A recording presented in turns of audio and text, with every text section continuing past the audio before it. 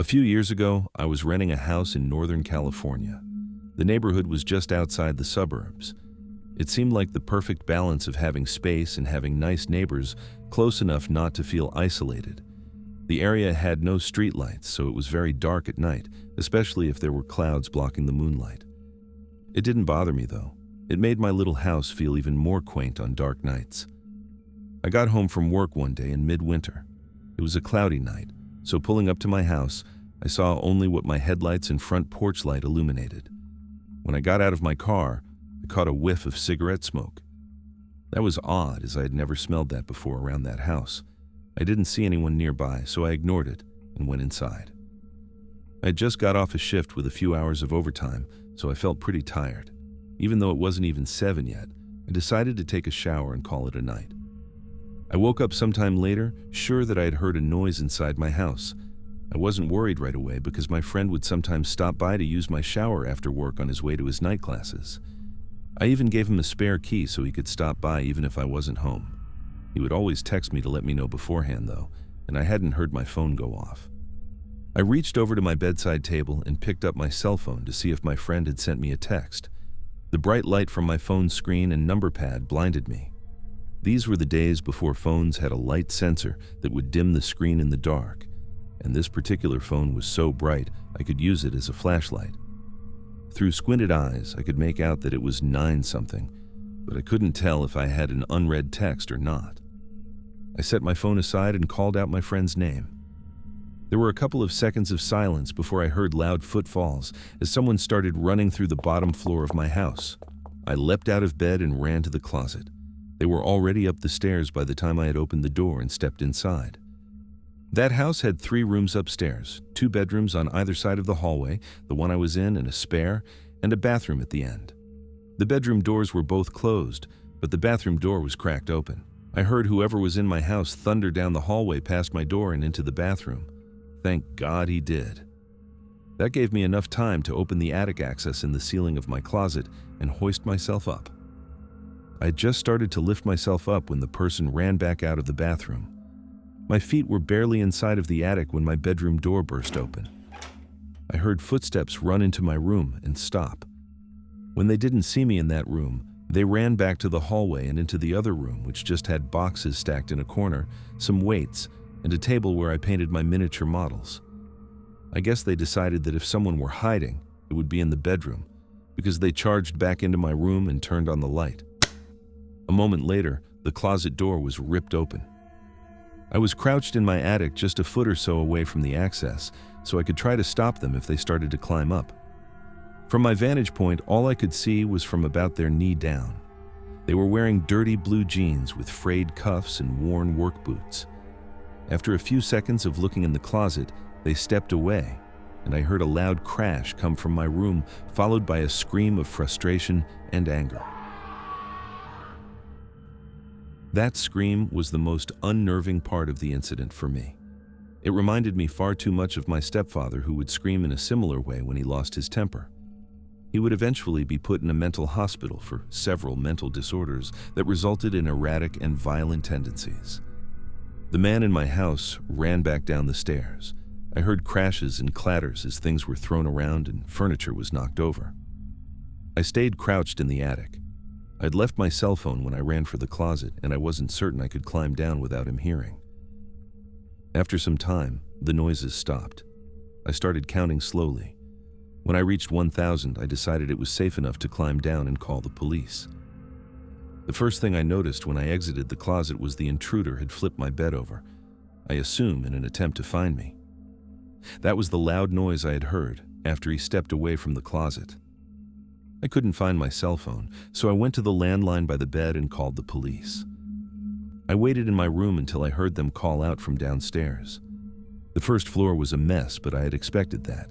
Chairs had been knocked over, the sofa had been flipped, all the books, pictures, and knickknacks I had on my shelves were strewn across the floor.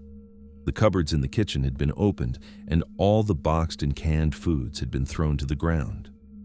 As far as I could tell, though, the only thing missing was a single knife out of the wooden block in my kitchen. The police checked the house from top to bottom.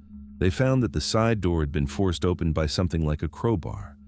They also found a few cigarette butts along my fence line, along with some foil and an empty pen tube which the police said people often use to smoke meth, so they think he had been watching my house for a while. I realized that he must have been out there smoking a cigarette when I got home. They collected up the evidence and told me I should stay with family or friends that night and get that door fixed as soon as possible. I opted to just not sleep. I moved a shelf over to block the broken door and spent the next couple hours cleaning things up. I would often go to the window with a flashlight and shine it along the fence line where the police found the cigarette butts and foil, but I didn't see anything. The next day, I called to have the door fixed and motion lights installed at the back and sides of my house. I ran a phone cable up into the attic and added a landline. I never wanted to be stuck up there without a phone again. Nothing else happened at that house, though. I lived there another 3 years without incident. One more precaution I took was practicing getting out of my bed, going to my closet, and climbing into the attic as quickly and quietly as possible. I even kept at it when I moved, except now I go to a crawl space at the back of the closet instead of the attic. I try not to think about what would have happened if I'd been a bit slower getting to the attic, or if he hadn't gone into the bathroom at the end of the hall first.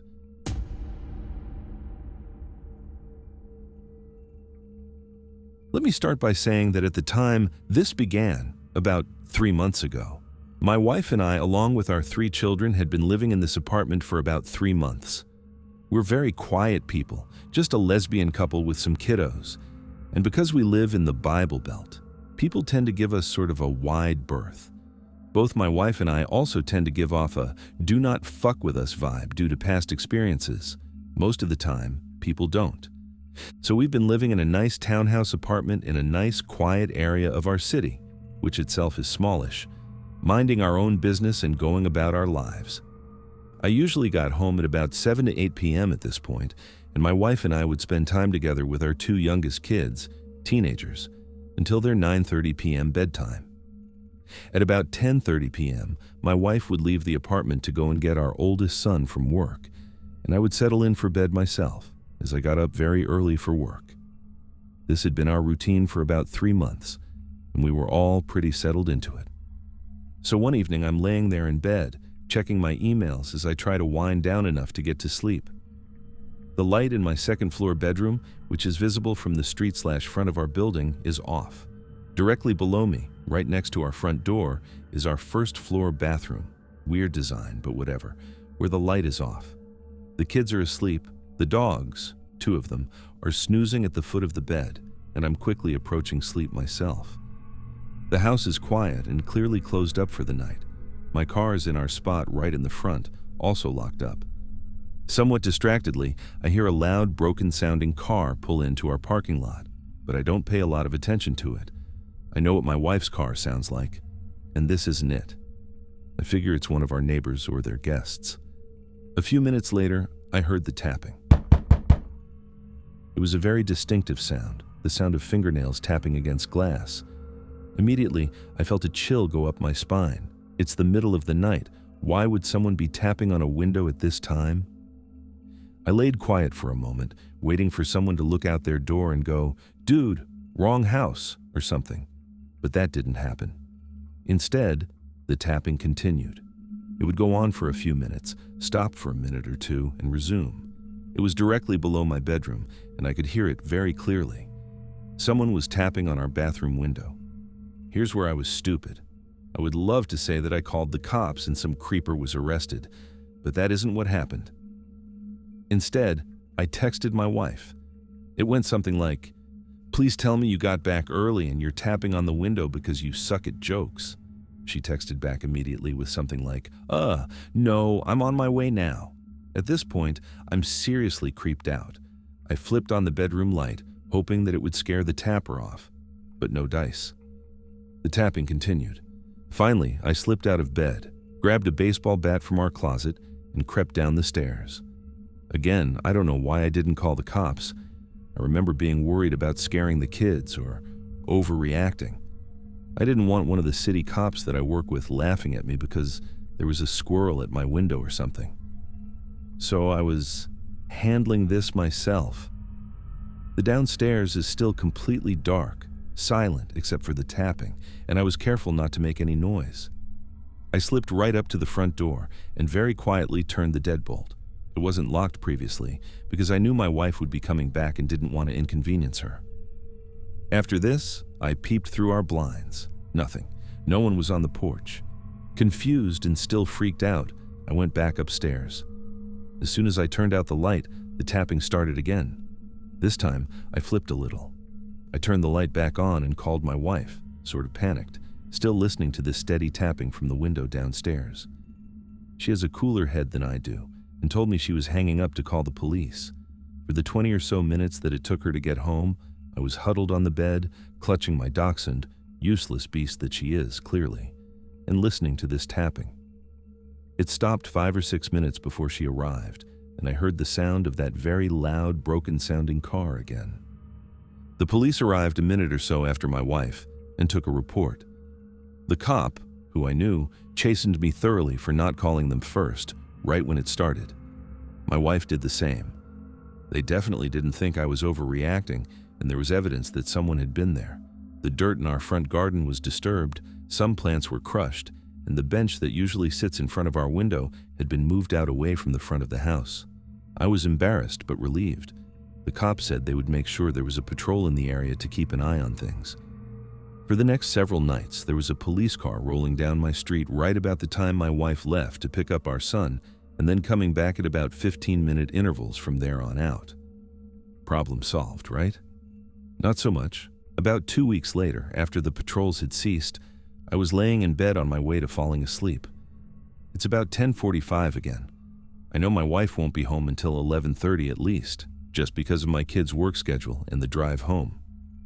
Just as I'm about to fall asleep, I hear the same tapping. This time, I sat bolt upright in bed, listened for a second to make sure I wasn't creeping myself out, and called the cops. They arrived about 15 minutes later. The tapping stopped about 5 minutes previous. Again, there were signs that someone had been in front of our house. Again, they took a report and began patrols again. I was freaked out, but tried not to be too worried. Our neighborhood was good, a nice, quiet place to live. We talked to several of our neighbors. We lived in a row of townhouses, and all agreed to keep an eye out for one another. After about 3 weeks, I figured the problem was resolved. There had been no more instances of window tapping or any other creepy activity around the apartment. It seemed like it had just been a weird, distressing prank, and that whoever it was over it. We were still making sure we were cautious, keeping our deadbolt locked, walking the dogs at night together instead of alone, checking to make sure the cars were locked. But there was no reason to continue to really worry about it. So that night, about 3 weeks later, I was working late. I had a lot of paperwork to do, and I just wanted to knock it out. So at about 9 p.m., I was still there. Everyone else in my building was gone and had been for better than an hour. It was just me. That was totally fine by me. I had locked myself in, set the security alarm, and turned off the unnecessary lights in the office. I wasn't worried, as I had done this many times before with no problems. I felt completely safe. I was also about 40 minutes from home. That was the length of my daily commute at the time. I'm not sure what time it was exactly, somewhere between 9 p.m. and 10 p.m. I'm hanging out in my office, tapping away on my computer, my back to the floor-to-ceiling windows behind me. They don't open and have blinds as well as curtains, but you can see the windows themselves from our front parking lot. At that point, I hardly noticed the windows. I had decorated them when I set up my office, put down the blinds, and promptly forgot about them, at least until I heard the tapping. It was the same sound, fingernails against glass, and this time it was directly behind me. Needless to say, I flipped a little. I almost turned over my desk chair getting out of the office and called the police from one of the interior offices with no windows. The entire time I'm waiting, which was about 10 minutes, I'm hearing this tapping. It wasn't in just one area, but moved around the windows on the front of our building, and it echoed in the empty halls and was generally creepy as fuck. When the police arrived, they told me it was okay to come out, and I met them at the front door, which was still locked, the security system still armed. They checked the perimeter of the building, the back door, the other offices, but there was no one there.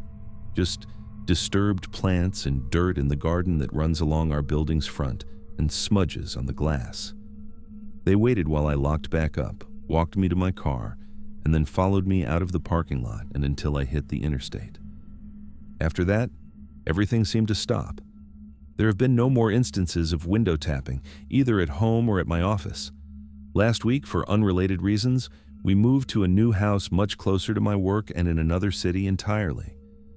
I've gone back to sometimes working late, but I also asked for my office to be moved to the back of the building on the second story, where my windows aren't accessible at all. So far, everything is quiet, and I'm hoping it stays that way.